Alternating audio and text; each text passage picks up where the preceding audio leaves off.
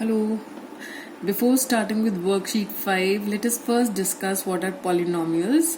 This worksheet 5 is based on second chapter, that is polynomials. तो polynomial की definition क्या होती है? Polynomial is an algebraic expression consisting of variables. Variables, as we all know, are those things which vary. है ना, जिनकी value very करती रहती है उनको हम वेरिएबल्स कहते हैं. वेरी मतलब हर बार अलग वैल्यू आती है, वैल्यू बदलती रहती है, चेंज होती रहती है ना.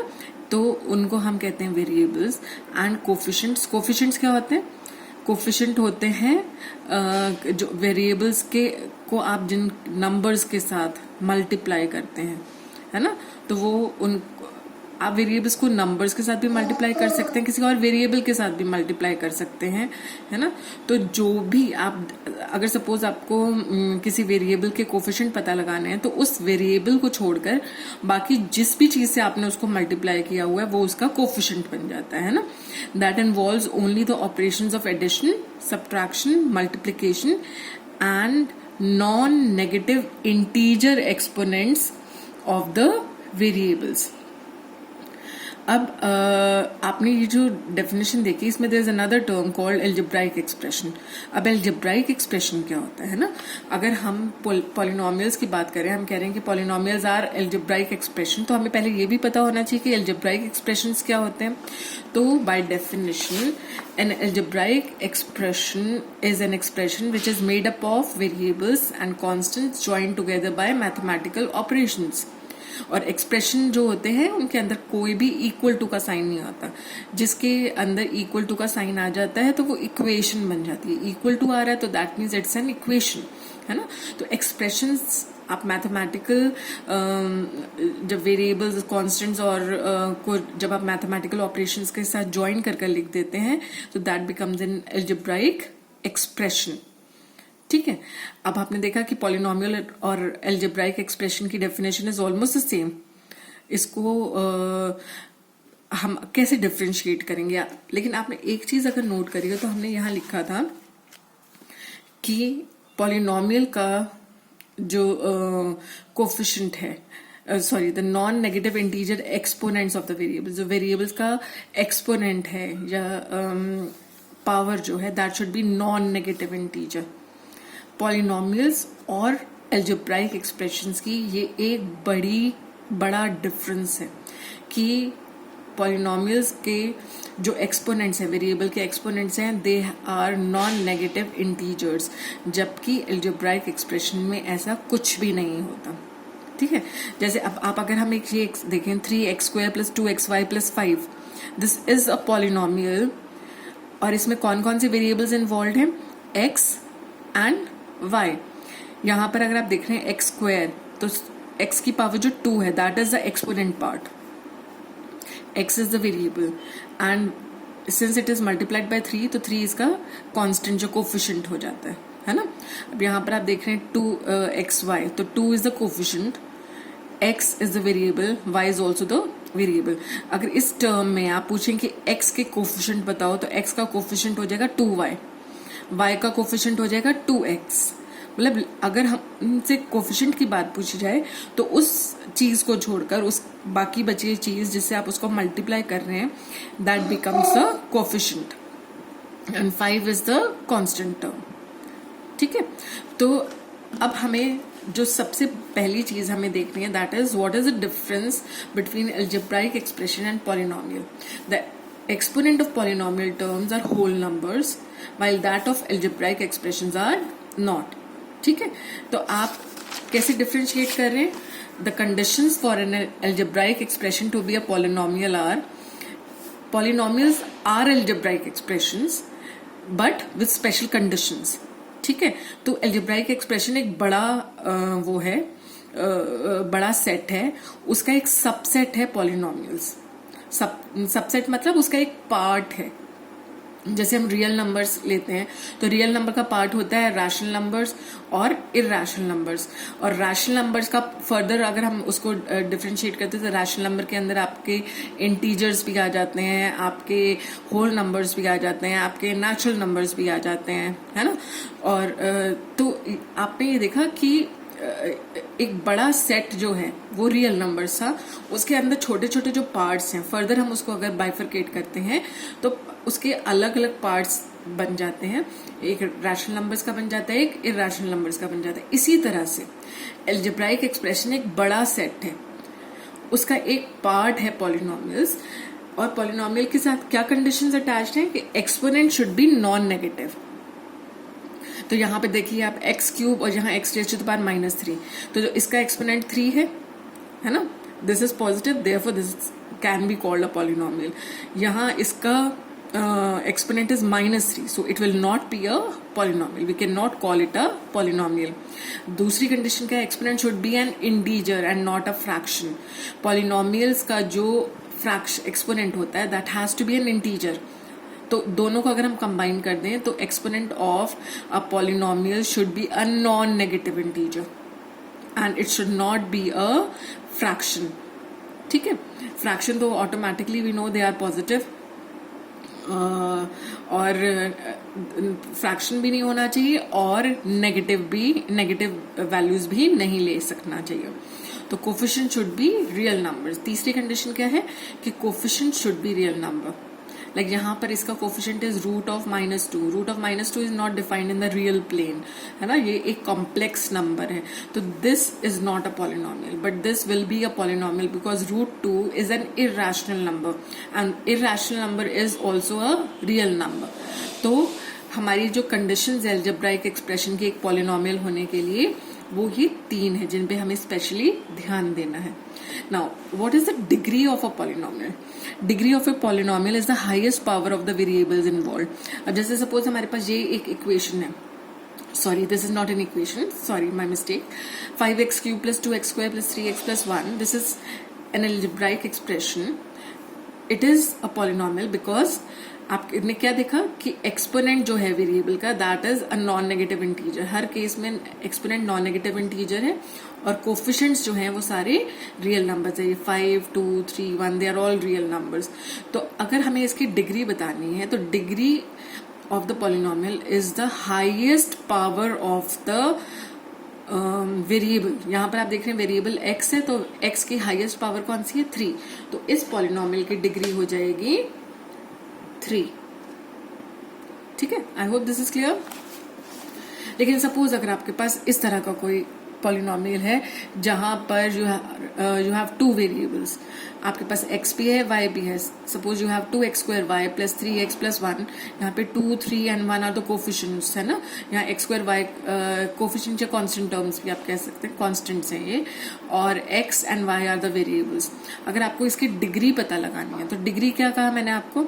Degree of a polynomial is the highest of the degrees of the polynomials और monomials with non zero coefficient.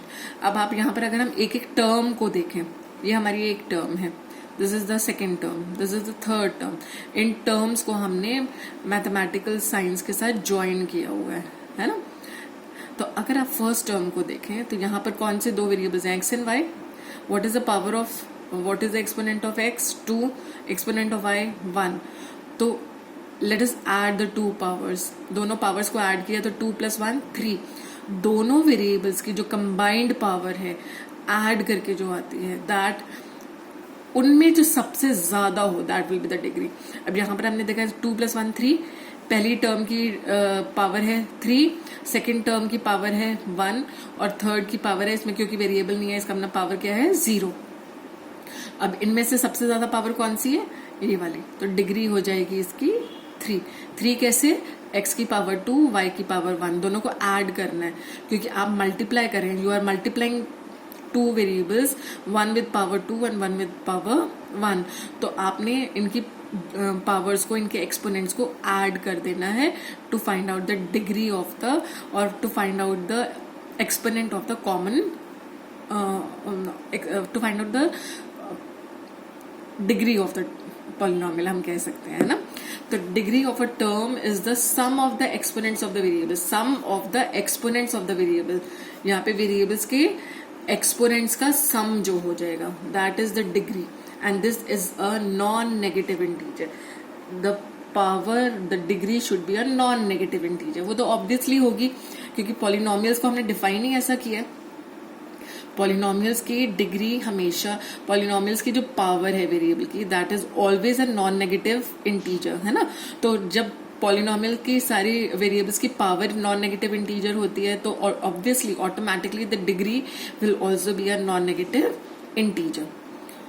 Now let us move on to the zeros of a polynomial. Zero क्या होता है polynomial का? Zeros of a polynomial can be defined as the points or values of the variable where the polynomial becomes zero on the whole.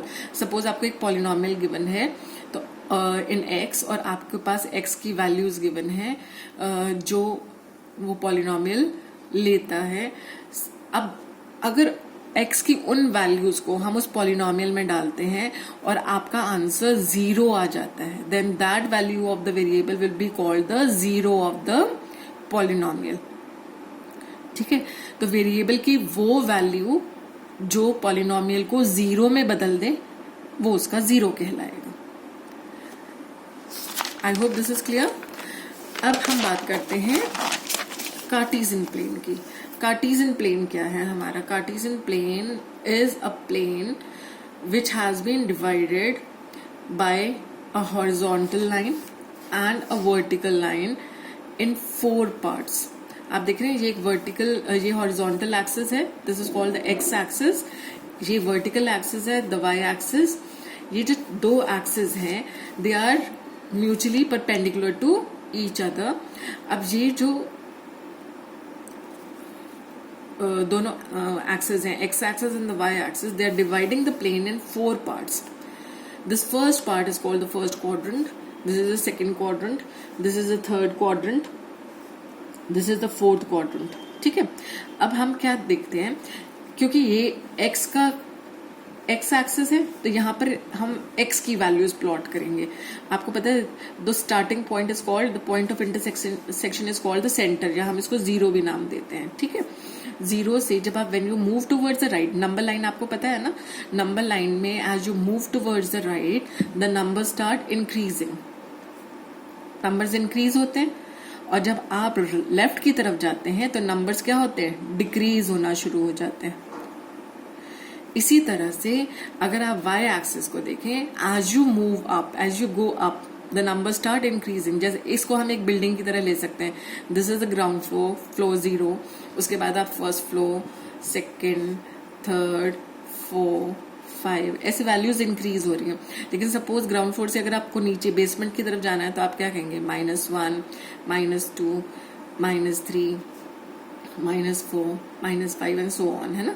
अब ये आप देख रहे हैं, these are lines. Lines can be extended in both the direction. O से लेकर, if you consider O X is a ray and this ray can be extended in this direction. OX dash is another ray which can be extended to the left. OX can be extended indefinitely to the right. इसी तरह से OY can be extended indefinitely upwards and OY dash can extend indefinitely downwards. ठीक है, अब अगर हम first quadrant की बात करें तो आप यहाँ देख रहे हैं एक्स की भी सारी वैल्यूज पॉजिटिव हैं, 1, 2, 3, 4, 5, और वाई की भी सारी वैल्यूज इस क्वाड्रेंट में क्या आ रही है? पॉजिटिव. तो फर्स्ट क्वाड्रेंट में जो भी आपका नंबर आएगा उसमें कोई भी पॉइंट, सॉरी नंबर नहीं, कोई भी पॉइंट आएगा उसका एक्स कोऑर्डिनेट भी पॉजिटिव होना चाहिए और वाई कोऑर्डिनेट भी पॉजिटिव होना चाहिए. और जब आप उस पॉइंट को रिप्रेजेंट करते हैं तो आप पहले हमेशा x की वैल्यू लिखते हैं और फिर आप y की वैल्यू लिखते हैं. तो फर्स्ट क्वाड्रेंट के अंदर क्योंकि x की वैल्यू भी पॉजिटिव है और y की वैल्यू भी पॉजिटिव है, तो कोई भी पॉइंट जिसमें x और y दोनों पॉजिटिव हैं will come in the first quadrant. इसी तरह से when we come to the second quadrant, आप देख रहे हैं यहाँ पर x ने नेगेटिव वैल्यूज ले ली है, -1, -2, बट y इज पॉजिटिव. तो सेकेंड क्वाड्रेंट में x हमेशा नेगेटिव होगा और y हमेशा पॉजिटिव होगा.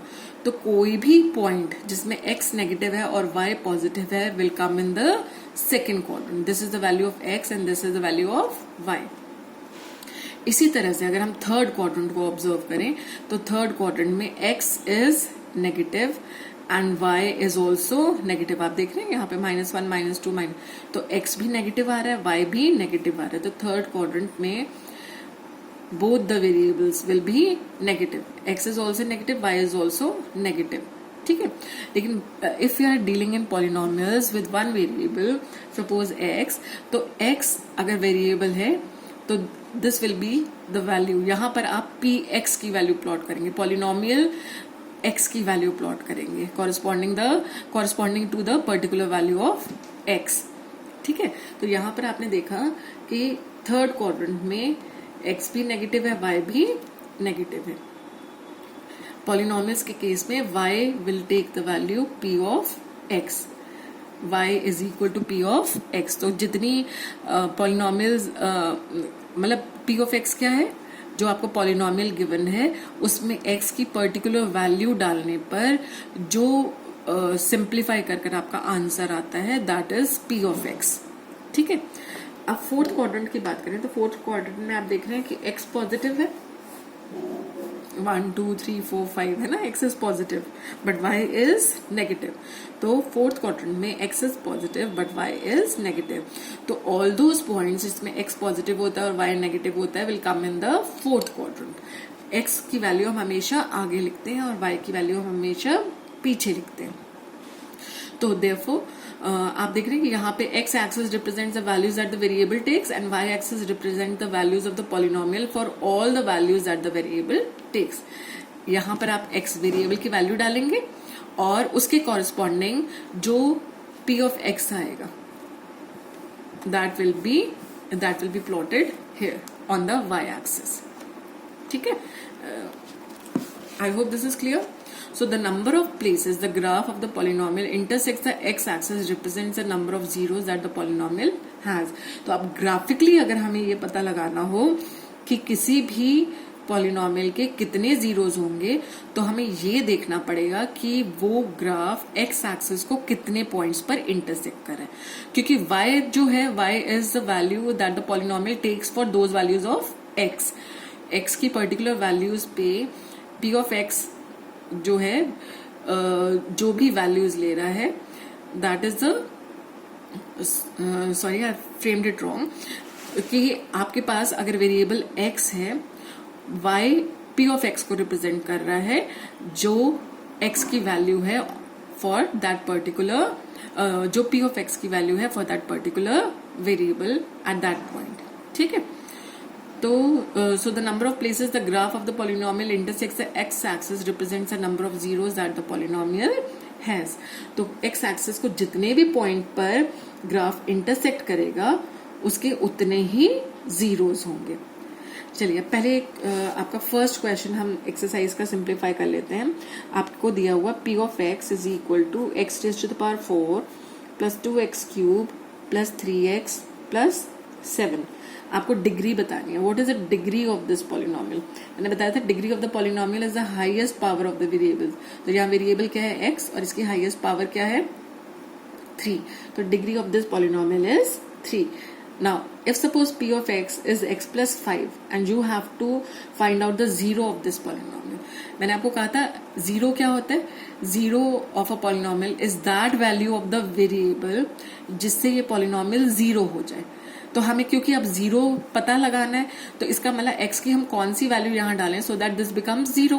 तो दैट मीन्स x प्लस 5 को जीरो बनाने के लिए हमें x की वैल्यू फाइंड आउट करनी है कि क्या वैल्यू x की डाली जाए जिससे ये पूरा पॉलिनोमियल जीरो में बदल जाए। That means x is equal to -5 plus 5 इधर आकर क्या हो जाएगा -5। तो x की वैल्यू अगर आप -5 डालते हैं तो this polynomial will become zero. तो x equal to -5 is a zero of this polynomial, ठीक है। अब आपको सपोज एक ग्राफ दिया हुआ है, this is the first question, और आपको ये पता लगाना है कि इस ग्राफ के कितने, इस पॉलिनोमियल के कितने जीरोस हैं। तो हम कैसे पता लगाएंगे, जीरोस पता लगाने के लिए we have to see the point of intersection that the graph makes with the x axis. तो कितने पॉइंट्स पे इंटरसेक्ट कर रहा है, एक्स एक्सिस को सिर्फ 1 पॉइंट पे इंटरसेक्ट कर रहा है, this is the y axis है ना, एक्स एक्सिस को सिर्फ 1 पॉइंट पे इंटरसेक्ट कर रहा है। तो this graph represents this graph shows that the polynomial has only 1 0. तो आप कहेंगे therefore the polynomial has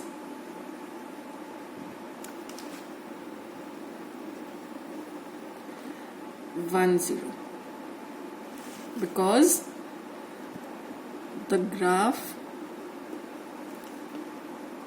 intersects the x-axis at only one point. ठीक है. Now let us move on to the second part. Second part में आप देख रहे हैं ग्राफ कुछ इस तरह का आपको दिया हुआ है.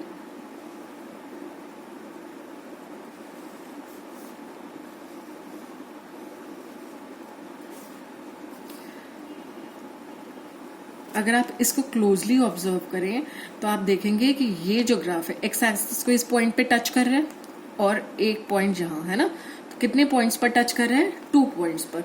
Therefore the polynomial will have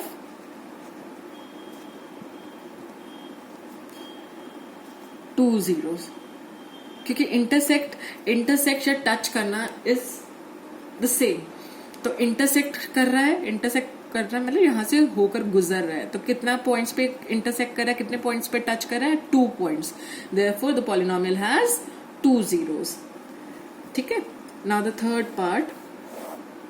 part में आपको बताना है कि कितने जीरोस होंगे इस पॉलिनोमियल के, क्योंकि ये ग्राफ एक्स एक्सिस को एक ही पॉइंट पे टच कर रहा है. Therefore this will have only 1 0. Therefore the polynomial has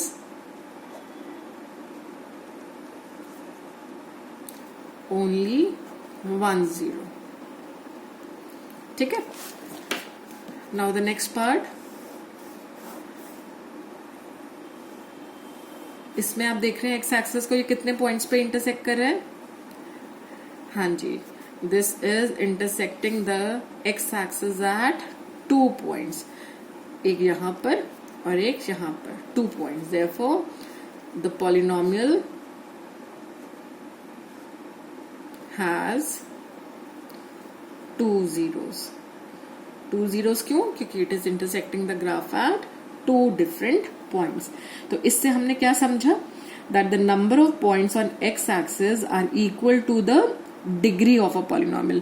आपके पॉलिनोमियल की जो डिग्री होगी है ना, डिग्री क्या रिप्रेजेंट करती है? Degree represents the number of zeros only, कि उसके कितने सॉल्यूशन हो सकते हैं.